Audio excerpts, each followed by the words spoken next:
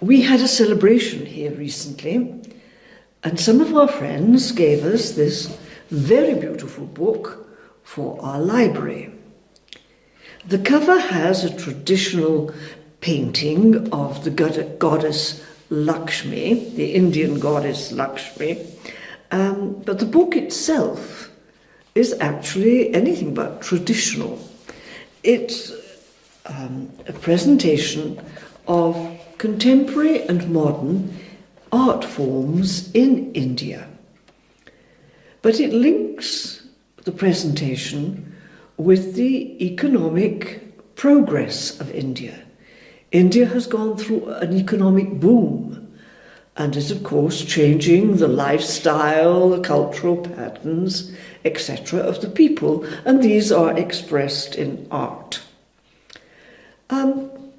It's a reminder for us in our journey through space-time that politics and economics and all the things of everyday life are part of the journey, and how the environment around us is changing the whole time.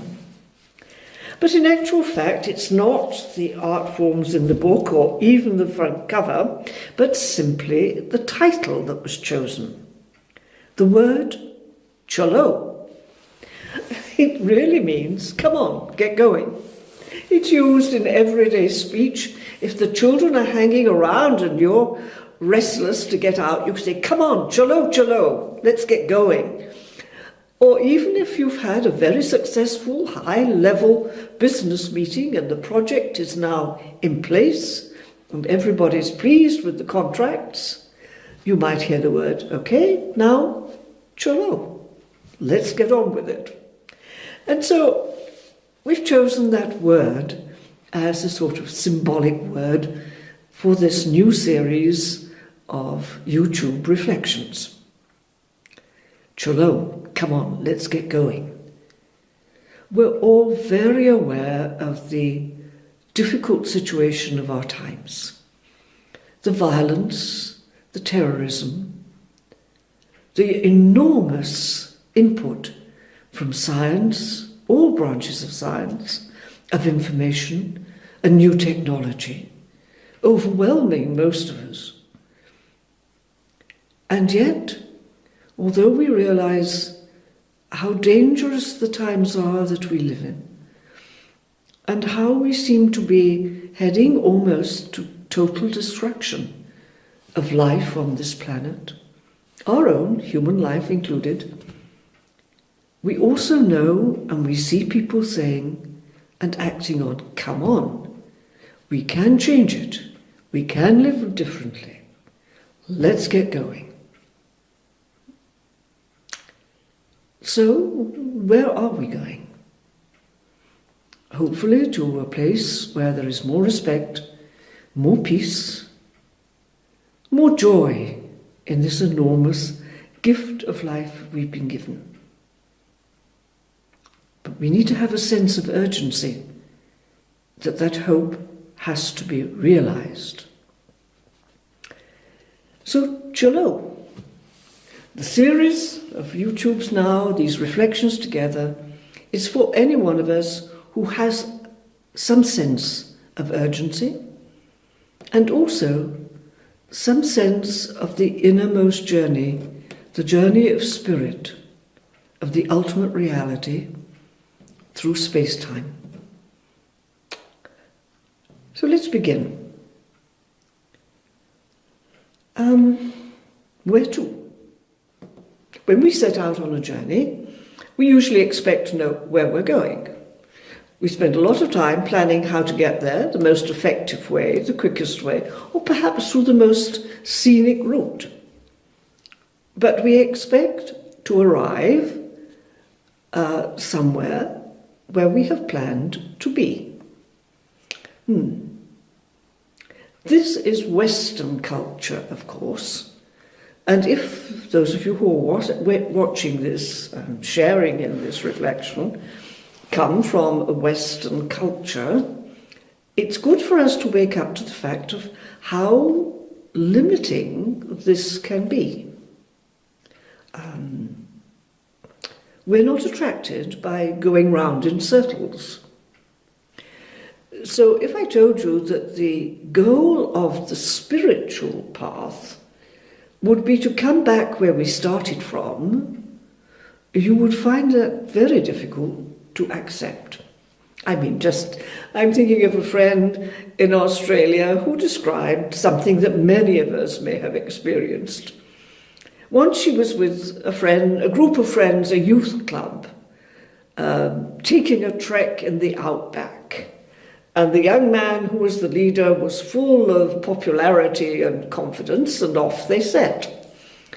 After some time, one of the group said, "Hey, haven't we been here before?" And they all looked round and said, "Good gracious, yes, we have." Well, some laughed and others got angry, but they set out again. The leader apologised and took a slightly different path, and off they went. And again, after a while, there was a rustle among the group, and they said, "Look, we've come back again." Now this time, more people were angry, and everybody decided they could make their own way forward to the place they were going to on their own. Only one person, the friend who was telling the story, stayed behind to encourage and sympathise with the leader. And of course, a year later, she was engaged to marry him.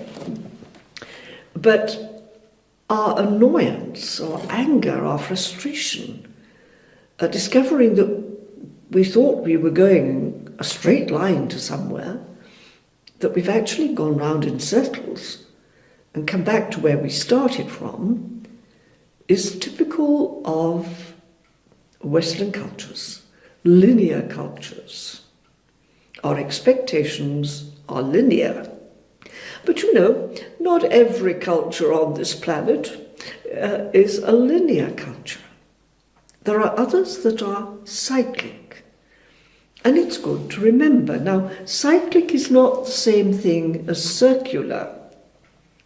We don't like going round and coming back exactly to where we started from.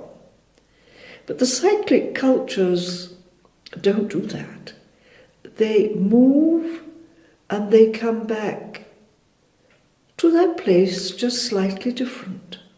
And they move again and come back, but it is slightly different. It's easier perhaps to have an example from classical Indian music, for example, where the melody contains a few notes. They're played by the instruments. Then they're repeated, but the next time one note is sharp. Then it's repeated. The next time that note goes back to neutral, but another note changes to flat. And so on, and the development is like that, seeming to come back to where it started from, but no, always moving. It's the same in literature. I know many people who have been confused picking up, say, the Upanishads and not realizing that they are in a cyclic culture, wonder why first verse starts, as this one does, talking about the restless swan. And then the next verse talks about something else. So we have a red theme and an orange theme. Then comes in a blue theme. Then comes in a green theme. And then suddenly we're back to a red theme. But this time it's followed by blue and not by green. If we just read that page through with a linear conditioned mind, we would wonder what it's all about. They would think it was very confused writing. It's not. If you get into the cyclic rhythm, you understand it. Now, why is that important to us in the West? To wake up to this cyclic rhythm is because it is closer, as a description, to how we make the innermost journey, the spiritual journey. We seem to be constantly coming back to where we started from, but it looks different.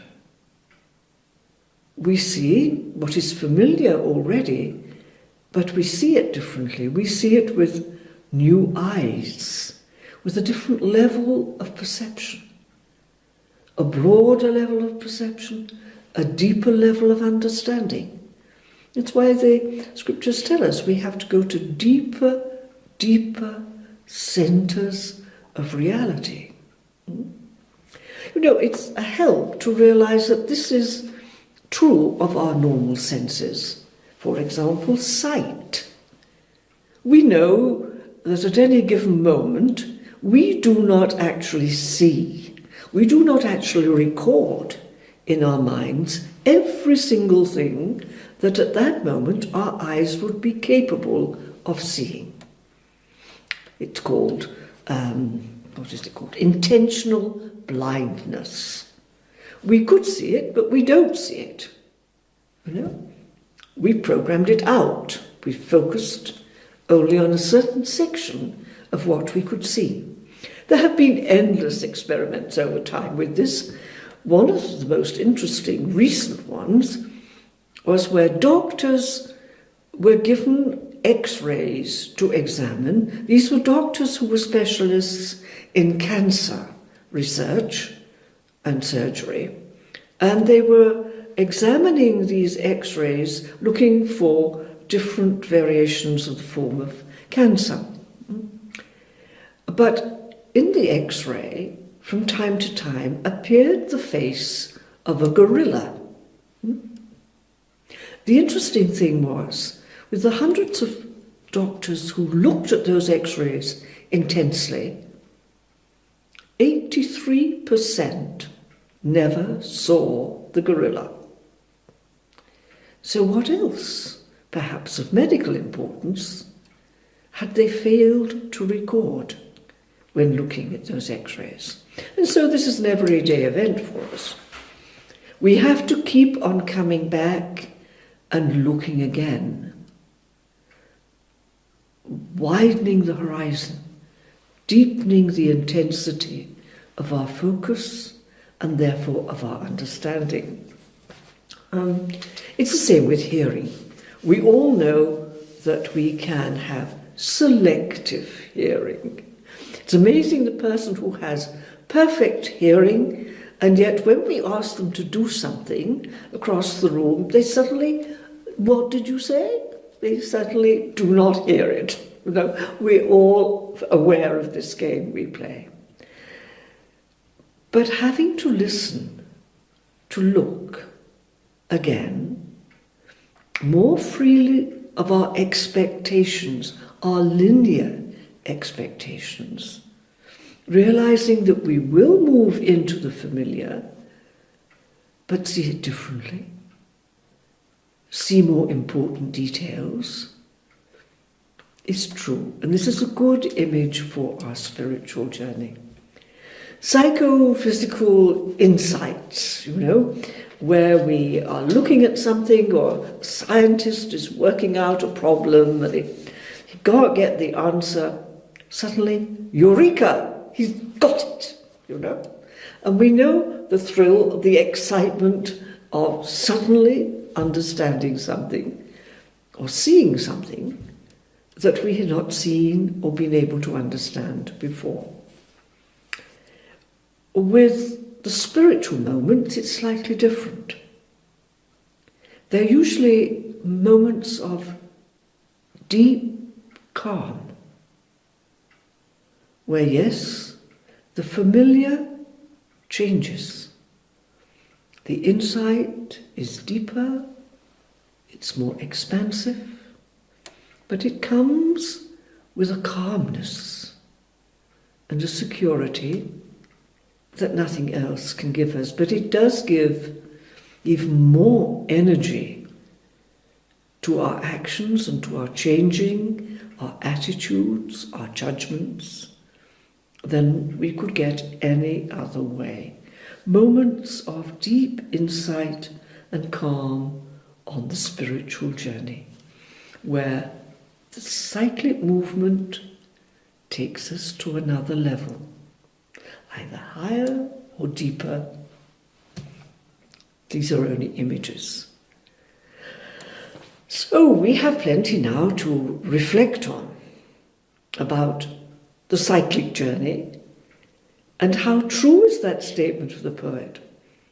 And the end of all our journeying shall be to come back to the place we started from, but to see that place as though for the very first time. I hope you're getting more at home with your spiritual journey, your innermost journey. Now there's something else before we go that's important. We're all used now to pizzas to go or coffee to go, in the rush and hurry of our everyday lives, it's quite often important just to grab a piece of pizza or a roll or a cup of coffee to eat, to nourish us on the inward journey. So we're familiar with coffee to go. Now in this series we will always have questions to go, to take us forward, to nourish us on the inward journey. I mean, it's no use having coffee to go if you don't drink it. And it's no use having questions to go unless you ask yourself and go over and over the possible answers. So what are the questions to go this time? Very easy this time.